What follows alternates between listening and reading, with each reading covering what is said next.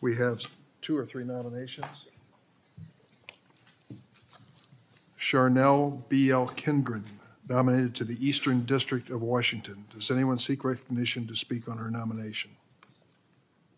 Senator Cruz. Thank you, Mr. Chairman. I'm glad to welcome our colleague, Senator Feinstein, back to this committee. But I will say what's going to happen next, I think, is going to be quite unfortunate for the American people. Because what we're about to see this committee do is vote on several nominees who are so extreme, who are so unqualified, that they could not have a prayer of getting even a single Republican vote on this committee. And as everyone knows, Senator Graham votes for most of Biden's nominees. It is unusual that Senator Graham does not give a Republican vote to a Biden nominee. But there's a small subset of these nominees that are so beyond the pale that they have no prayer of getting a Republican nominee. And frankly, if my Democrat colleagues valued the responsibility of the Senate's advise and consent, my Democrat colleagues would tell the White House these nominees are unacceptable. This first nominee, Charnel Beckelgren, is so amazingly unqualified, she may well have the title for the least qualified nominee I've seen in 11 years serving on this committee. When Senator Kennedy asked her what Article 5 of the Constitution was, she had no idea. When Senator Kennedy asked her what Article 2 of the Constitution was, she said, I don't know. Mind you, Article 2 is the provision of the Constitution that creates the president and the executive branch of the government. Any first-year law student that didn't know what Article 2 of the Constitution was would flunk con law.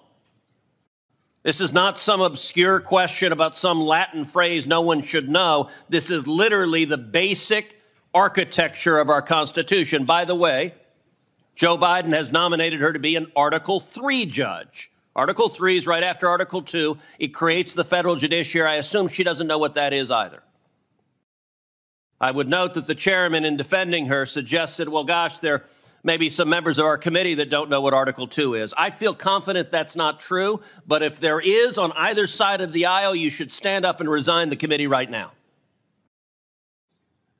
To give you a sense of how unqualified this nominee is, she listed in her judiciary questionnaire her top 10 litigated cases. And I just want you to pause and read this for a second. Her top 10, she did a driver's license revocation. She did a second driver's license revocation. She did an unemployment benefits appeal. She did another unemployment benefits case. She did another unemployment benefit case. And her sixth case was an unemployment benefits case where on the opposing side was a pro se litigant. In other words, this poor fella didn't have a lawyer. And you know what? The pro se litigant beat her. She lost to a pro se litigant. What's her seventh most consequential case? I'm sorry, there isn't one. There's not an eighth, there's not a ninth, there's not a 10th. She's argued over a couple of driver's licenses, and the Biden White House says you should be a federal judge, an Article 3 judge, not that you have any idea what in the hell that is. In this administration, if you are a left-wing radical, it doesn't matter if you're competent. In Washington state, is there not a single competent lawyer who is competent to be a judge? And by the way, for all the Democrats, since Joe Biden has become president, every one of you has rubber-stamped every single nominee.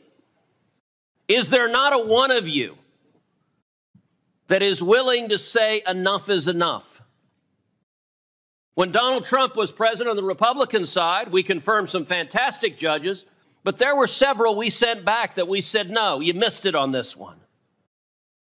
There's not even one Democrat willing to say enough is enough. And by the way, she's not the only one. Another one being considered, a nominee, Cruz. Thankfully not spelled C-R-U-Z, spelled C-R-E-W-S. When asked about Brady versus Maryland, one of the foundational criminal law classes, again, first-year criminal law, you learn about Brady. She said, I'm sorry, I don't know what Brady is. That'll be a problem if she's ever presiding over a criminal case. There are a number of members of this committee who have tried criminal cases. Do you know what Brady is? Of course you do. Because if you're remotely competent, you know what it is, not this judge. Look, sadly, the standard for nominees now seems to be licensed attorneys in Washington. Have you ever handled a criminal case? You ever tried a jury trial? Have you ever stepped foot in federal court? Well, then please contact Senate Democrats, because you too can be a federal judge.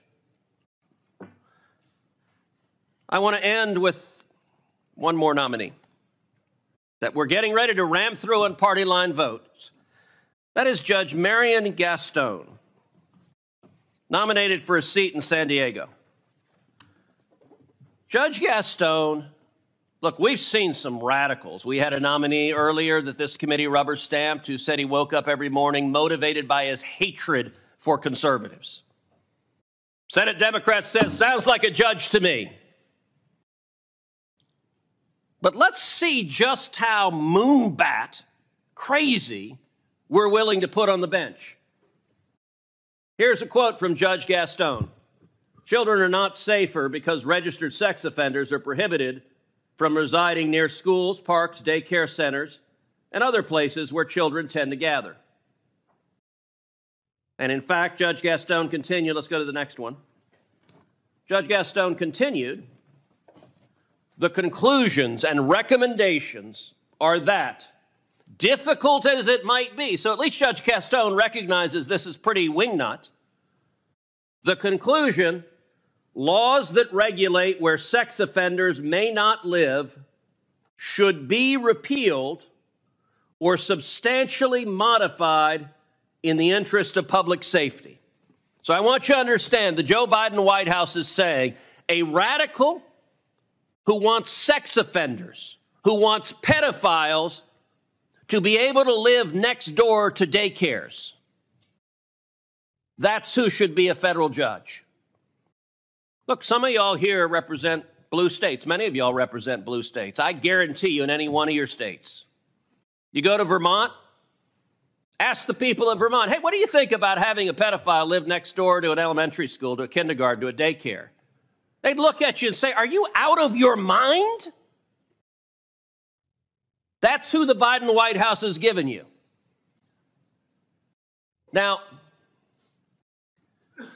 I genuinely don't understand why Senate Democrats on this committee don't have enough respect for the constitutional role of the Senate to exercise some check and balance on the White House.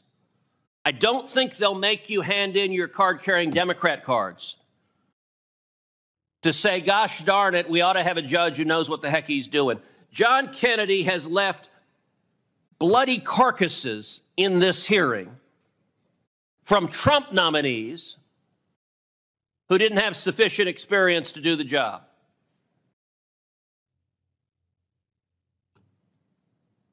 I ask my colleagues, if you vote for these nominees, you're going to have to defend them to your constituents. You're going to have to explain why a lawyer who handled a couple of driver's license revocations and doesn't know what Article 2 of the Constitution is should be a federal judge in charge of your life, your rights, and the law. And you're going to have to explain why you think it's a great idea that sex offenders and pedophiles should live next door to daycare centers. I think that's nuts. And I think most of our constituents do too. Mr. Chairman. Senator Lee.